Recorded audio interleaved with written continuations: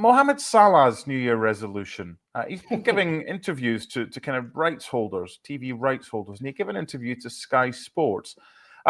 His New Year resolution is to try and win the Premier League.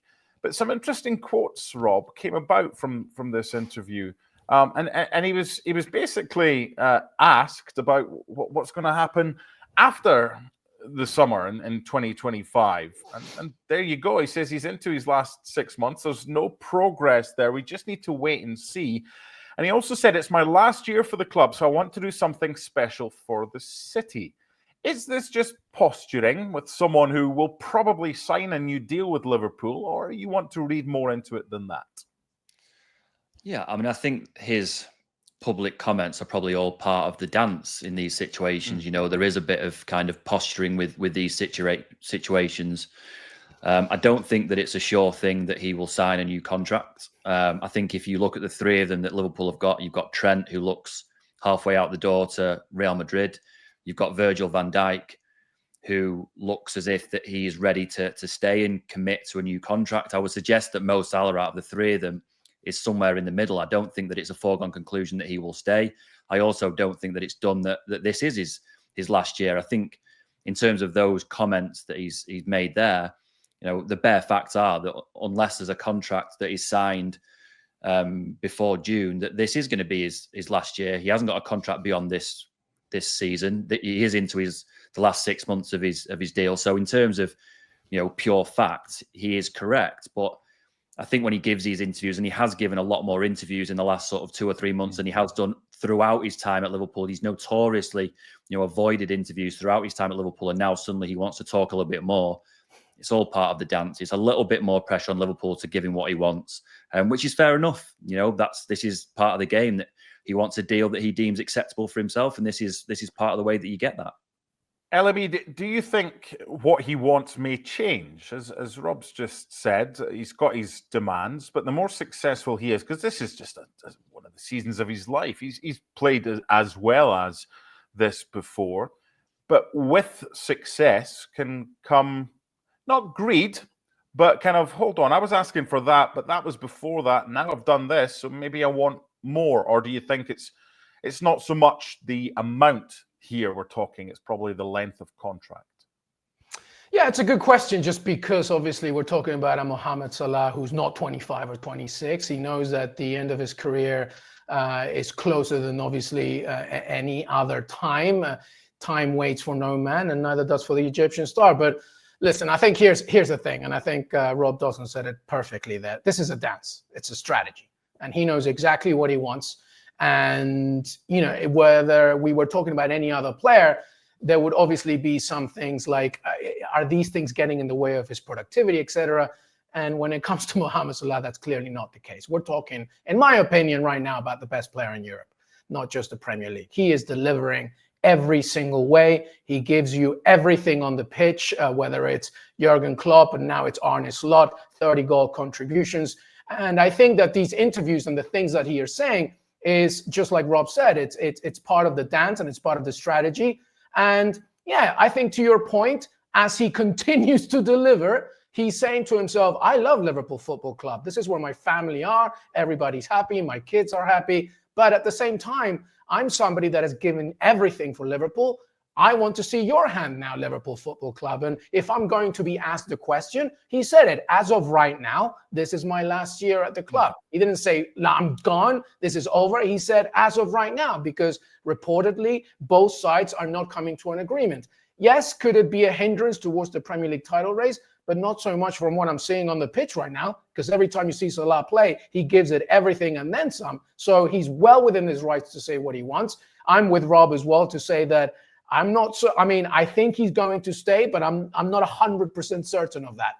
And I think that the more these chats and these interviews continue, the more I think that Salah is the one that's winning and not Liverpool.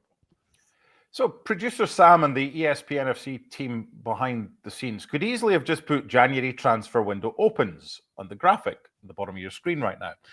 But they put an exclamation mark after opens. So that means something big has to happen. Doesn't look like it's going to be Trent Alexander-Arnold leaving midway through the season to go to Real Madrid, Rob Dawson. So if the Mohamed Salah saga is a dance. What's the Trent Alexander-Arnold saga called, and what's the outcome here? I mean, that looks like the last throes of his Liverpool career to me, to be honest. I said there that there are three of them, three big Liverpool players who are all in these contract situations. If Mo Salah is somewhere in the middle, Van Dijk looks like he's going to stay. I would suggest that the other end of the scale is Trent Alexander-Arnold, and he looks halfway out the door to Real Madrid. The last dance, then. How about the that? last dance? There you go. It's not being used by Very ESPN good, for anything, Andy. I don't think. I think the copyright guys might be onto you. I think Real Madrid are not in the business of making approaches for players who they don't know want to join them. The very fact that they have made any kind of contact at all with Liverpool about the possibility of a January deal suggests to me that they know full well, A, that at the very worst, Trent is going to go in the summer, and that best case scenario for them, that they may even be able to tempt him in January. Now, again, Liverpool are well within their rights to rebuff that approach. They have got a Premier League title to win. They're also well placed in the Champions League, so they have got their eye on what they can achieve with Trent in their team this season. I think that the difficulty maybe for Liverpool is if Real Madrid were to come back with a significant offer for a player who you believe is going to go on a free transfer anyway, then that may change your stance, because as of right now, it looks to everyone like Trent is going to leave Liverpool on a free transfer. Liverpool aren't going to get any kind of transfer fee for him.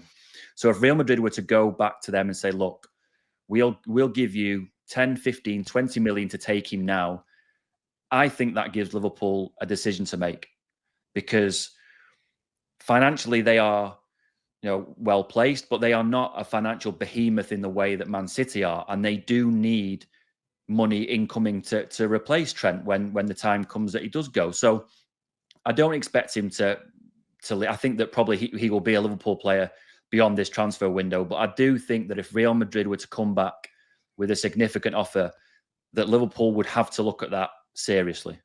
When Real Madrid wants somebody, you have to remember that when it comes to transfers and who they want, it's the club playing chess and everybody else playing checkers. That, to me, is just the key thing. We have seen it historically. Jude Bellingham's arrival didn't just happen, Rob Dawson. It was a process of influence, right? They planted the impact 12, 15 months before he even arrived to Real Madrid. They went to his house. They promised him what he wanted, never manipulated anything. They just planted the seed for Jude Bellingham to come. The same thing with Mbappe. They were patient with him, but they knew the personal interest, and boom, they got him. Historically speaking as well, Luis Figo, David Beckham, and Liverpool, of course, know too well with Michael Owen and Steve McManaman. So there's always a strategy and a process with Real Madrid. And as you said, Rob, like, they don't just do this, nonchalantly without really thinking about it. When they want somebody, they put all their efforts and they create a process. And I believe that's exactly what they have done when they initially just created that offer. It was to really just plant the seed.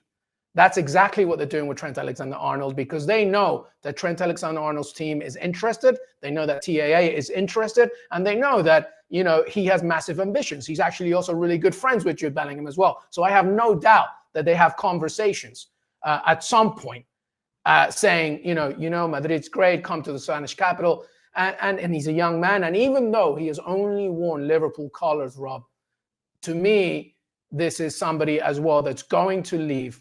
And I think it was a lose-lose situation for Liverpool, because to your point, if they accept something now at a low fee, it's never going to justify what they could have gotten for Trent Alexander-Arnold. And then they would lose somebody in the objective of trying to win the title. So that's a lose. And if they let him go at the end of this season, they don't receive a single penny. So that's a loss already as well. So really, this is Trent Alexander-Arnold winning and Real Madrid winning, because even without Trent Alexander-Arnold, they don't need him this season. They're just thinking about, the Florentino Perez of resuscitating the Galacticos era. I think as well, Trent Alexander-Arnold is going. So, all right. So let's do this, Rob. As we wait for Mark Donaldson, who's probably gone to Best Buy and trying to get a new mic. Liverpool speaking.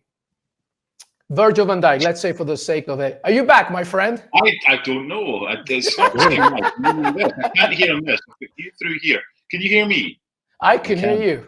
Yes. There you go. It's quality now over quantity. So apologies for the next.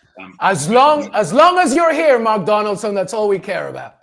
2025, magnificent. Yeah, I caught a bit of that. What I was actually going to ask was do Liverpool have sufficient cover for Trent in Connor Bradley, who's outstanding? And could Trent be the difference between Real Madrid winning and losing a very tight title race? So you can both have that, because I don't know who said what. Well, I think that's the most interesting part of this Trent situation, in that all three of those players, Van Dijk, Salah and Trent, are all important players for Liverpool. Trent is obviously the youngest of those and is also the only homegrown Liverpool player. That kind of elevates his status. But I would suggest, and maybe LME can chime in after I'm done, that Trent Alexander-Arnold as a right back is the easiest one of those three to replace, and also the cheapest. You've mentioned there that they've already got Connor Bradley, who has come through their academy and has done very, very well.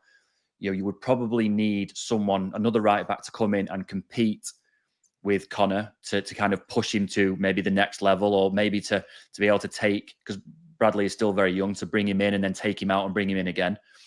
But when you're looking at those three players and you consider the amount of money that it would take to replace all of them, it would take immense funds to replace Virgil van Dijk and, again, Mo Salah.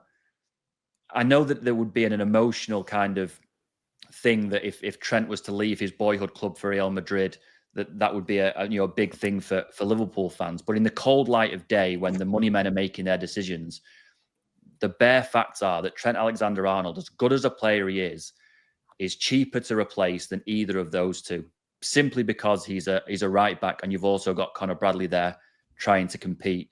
So it's difficult. I mean, it's the whole thing is difficult for Liverpool, because you can argue that maybe the club shouldn't have had the situation where three of their top players are all coming to the end of their deals in the same year, and I get that criticism. But if you're going to lose one of those players, even though Trent is the youngest, and even though that he's the guy, almost the face of Liverpool because he's a local boy who's come through the academy, I would suggest that it's easier for them to lose Trent than it is the other two. Because like you said there, Mark, the bottom line is that they don't really need to do very much to replace him, because you've got Connor Bradley waiting in the wings, who's done really, really well.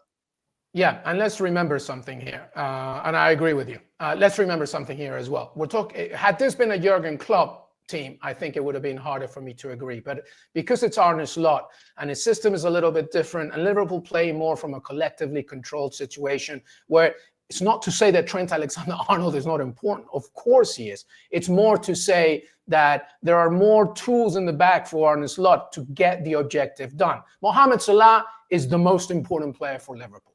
After that, especially given the injuries at the back, Virgil van Dijk is the next one, because they need more defensive might whenever you're trying to protect the game. Trent Alexander-Arnold is a unique right back. He is a wonderful talent. But Liverpool don't depend on him. They're just extremely much better with him. And when you get rid of that notion, then it's much easier to move on. So I'll finally just end up by saying that I do think, just like we started, Mohamed Salah stays, though I'm not fully secure. Virgil van Dijk fully stays. Trent Alexander-Arnold, because of the objectives and because of just the way Real Madrid play chess instead of checkers, he's going to the Spanish capital at the end of this season.